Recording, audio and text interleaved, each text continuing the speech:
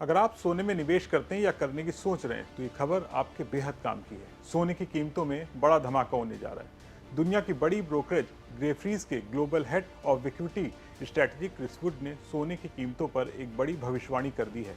Chris Wood का कहना है कि अब फिर से सोना खरीदना शुरू कर देना चाहिए। उनका मानना है कि गोल्ड में जो अगली तेजी आएगी वो पिछली तेजी से ज़्यादा बड़ी हो सकती है।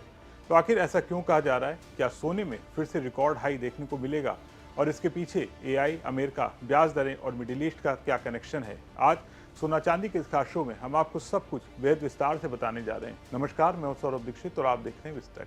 कई निवेशकों को लगा कि शायद गोल्ड की तेजी खत्म हो गई है, लेकिन क्रिस वुड इससे बिल्कुल अलग राय रखते हैं। उन्होंने अपनी रिपोर्ट ग्रीड एंड फियर में साफ कहा है कि अब फिर से गोल्ड और माइनिंग कंपनियों के शेयर खरीदने का वक्त आ गया है। आखिर क्रिस वुड ऐसा क्यों मान रहे हैं? उनका कहना है कि इस वक्त दुनिया में आर्टिफिशियल इंटेलिजेंस यानी एआई पर जिस तरह से अरबों डॉलर खर्च किए जा रहे हैं, वैसा ही माहौल करीब 25 साल पहले .com बबल के दौरान भी देखा गया था। उस वक्त भी टेक कंपनियों में भारी निवेश हुआ था, लेकिन जब बुलबुला फूटा तो सिर्फ टेक सेक्टर ही नहीं बल्कि पूरी दुनिया के शेयर बाजार में बड़ी गिरावट आई थी। क्रिस वुड को डर है अगर एआई पर हो रहा भारी निवेश भी उम्मीद के मुताबिक ना चला और कंपनियों की कमाई कमजोर पड़ गई तो बाजार में बड़ा झटका आ सकता है।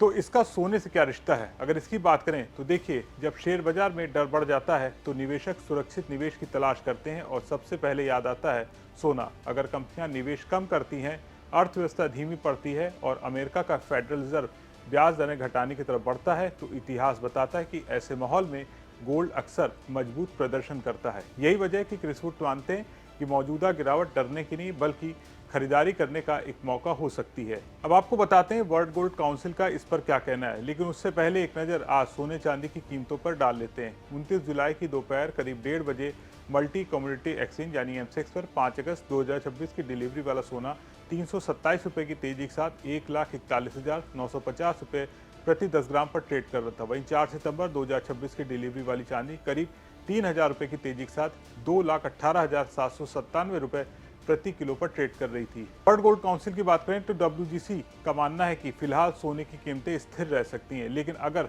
दुनिया की अर्थव्यवस्था कमजोर होती है, भू राजनीतिक तनाव बढ़ता है या फिर ब्याज दरों में कटौती की उम्मीद मजबूत होती है तो सोना फिर से $4,500 प्रति औंस या उससे भी ऊपर जा सकता है। इस वक्त अमेरिका, ईरान और हूती विद्रोहियों के बीच बढ़ते तनाव ने निवेशकों को बड़ी चिंता बढ़ा दी है।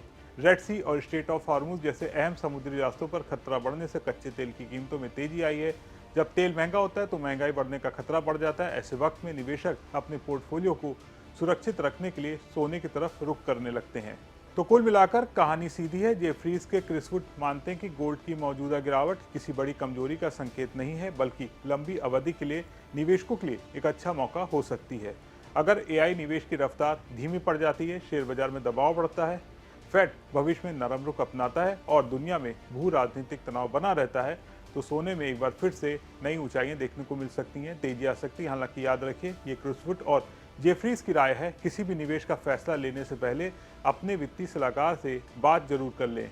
अगर आपको ये जानकारी पसंद आई हो, वीडियो अच्छा लगा हो तो इसे लाइक करें, शेयर करें और विस्तार को सब्सक्राइब करना ना भूलें।